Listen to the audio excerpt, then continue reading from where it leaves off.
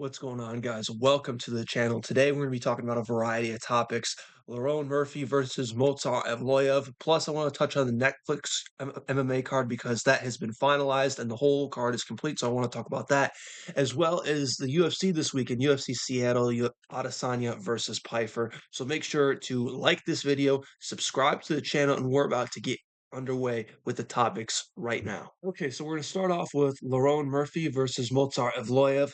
Mozart wins the fight by decision, majority decision. One of the judges scored it a draw, and I actually have to agree with them. I did think Mozart won the last three rounds. I gave the first two to Lerone Murphy, but with the point deduction, it would be a draw, 47-47 draw.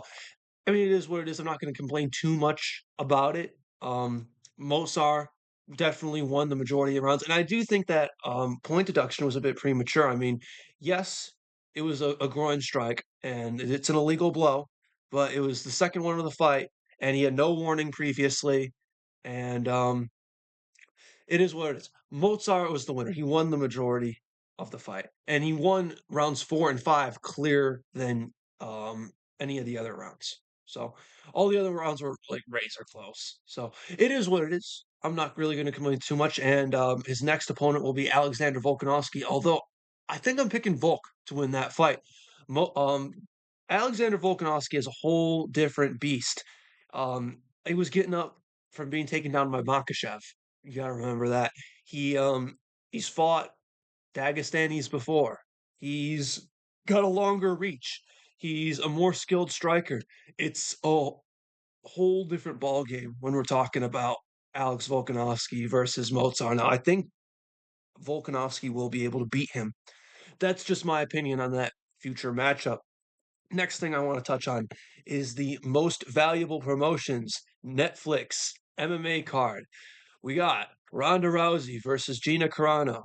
We got Francis Ngannou versus Felipe Wins, which is I think it's a weird fight, but whatever. I mean, they have Robelis de Spain on there. They have Junior Dos Santos on there. I would have rather seen any of those guys fight him, but okay. You got Nate Diaz versus Mike Perry. That's actually going to be kind of a fun fight. I'm pretty excited for that one. Like I said, some other guys on the card: JDS, Robelis, Muhammad Mokaev versus Adriano Moraes. That's on the card. That's going to be good. That'll be fun. What else? Who else is on the card? Jason Jackson's on the card. Um, Actually, a friend of the gym's, Kenny Cross. He's on the card. I'll definitely be tuning in for his fight. Hope he does well. Aileen Pereira, who is the sister of Alex Pereira, will be on this card. So there's some name value. It's not bad. Now these people, saying, "Oh, it's better than the White House card. It's this, it's that." I mean, it's about as good of a card as you could build with outside the UFC talent. But let's calm down. It ain't no White House card, but it's a free card. It's on Netflix. It's going to be a spectacle. All of these fights are 5 rounds, and I gotta say, I don't like that decision. Like, I don't want to watch Eileen Pereira versus this blonde chick for 5 rounds. I'm good on that. Um, I don't know. I think it's gonna make the card drag a little bit. I would have rather just seen 3 round fights, and then if you want, make the last three 5 round fights. Diaz Perry, Ngannou wins, Rousey Carano. Make those ones fives, but other ones, let's not drag this card out for that long, you know? So that's my opinion on that. Now, finally, we have Israel Adesanya versus Joe Pyfer going down this weekend. I'm excited. I'm happy to see Adesanya back, and we're lucky that we get Adesanya on a fight night. I guess it really doesn't matter now because there isn't pay-per-views. It's all on Paramount fight nights, number of cards all on Paramount. So it's not like they're trying to sell pay-per-views with Adesanya. And he did fight on a fight night in his last fight against Imavov, where he got knocked out. Now, I'll tell you what. I've been going back and forth with this fight because in my brain, right, the way I look at this is Adesanya is a lot more experienced, a lot more skilled, a lot more seasoned of a fighter than Joe Pyfer, and I think that he would be able to beat Joe Pyfer going the distance. My worry with Adesanya is if you pressure him, you back him up against the cage, and you box him, you can really expose lots of flaws in his striking. Strickland obviously did it. Imavov just did it.